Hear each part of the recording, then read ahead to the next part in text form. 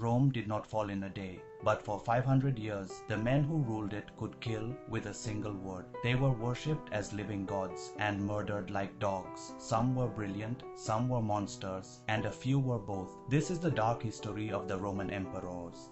A story of glory and blood, of genius and madness, written in marble and paid for in murder. This is a dark history, The Roman Emperors, from Julius Caesar to the Fall of Rome by Michael Kerrigan. Kerrigan's book asks one chilling question: what happens when a single man holds absolute power over millions and answers to no one? The Romans built roads and laws and an empire that shaped our world, but at the very top sat a throne with no rules, where paranoia, excess, and cruelty could run completely unchecked. This is the story of the men who sat on it. It begins with Julius Caesar, a soldier of genius and boundless ambition. He conquered Gaul, then turned his own army on Rome itself. In 49 BC, he crossed a small river called the Rubicon, and with it every law that said a general must never march on the city. He made himself dictator for life. To his enemies, that was a crown in all but name, and Rome had sworn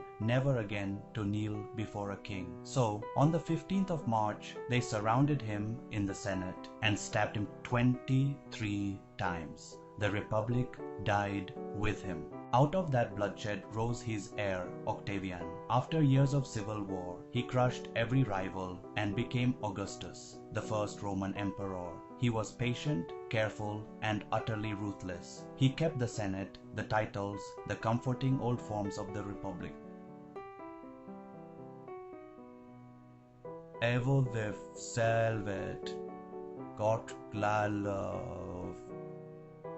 pulled over an iron fist. Romans were simply grateful for peace. Few noticed that one man now controlled the armies, the treasury, and the law. The Republic was gone. The empire had begun. And the next man was the warning. Augustus's successor, Tiberius, began as a capable ruler, then curdled into something darker. He abandoned Rome for the island of Capri, leaving the city to his scheming guard commander. From his cliff-top villa came rumors of paranoia, of treason trials, and of unspeakable vice. The lesson of this dark history was already clear. Absolute power did not merely corrupt, it could rot a man from the inside out. Then came Caligula. For a few short months, Rome adored him. Then a fever, or perhaps simply power itself, seemed to shatter his mind. He humiliated the Senate, declared himself a living god, and showered honors on his favorite horse. He killed for pleasure and for sport, and is said to have wished that all Rome had a single neck, so he could sever it with one stroke. After 4 years, his own bodyguards drew their swords and cut him down in a palace corridor.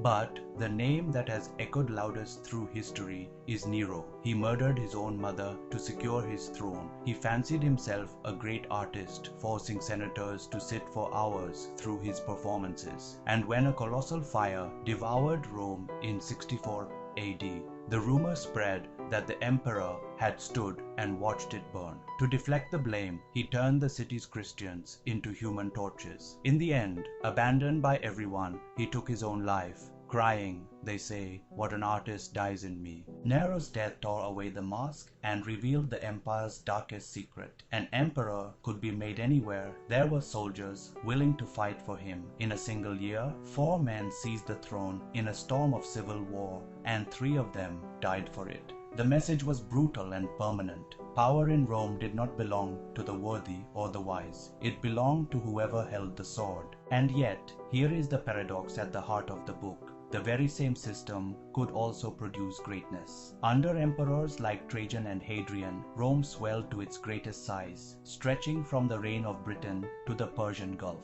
The philosopher-emperor Marcus Aurelius ruled with wisdom and wrote private meditations still read today. For a few golden decades, the most powerful office on earth was held by genuinely good men. but it all hung on one fragile thread, the character of a single human being. And that thread snapped with Marcus Aurelius' own son, Commodus. He abandoned the hard work of ruling to fight as a gladiator in the arena, dressed as the god Hercules. He renamed the months of the year after himself, and even renamed the city of Rome itself. The Golden Age was over. In the end, he was strangled in his bath by a wrestler, and Rome slid back toward chaos and blood. From there, the dark history only accelerates. In the 3rd century, emperors rose and fell so quickly that some ruled for mere weeks before being murdered. Plague, runaway inflation, and invasion gnawed at the frontiers. The empire split itself in two simply to survive.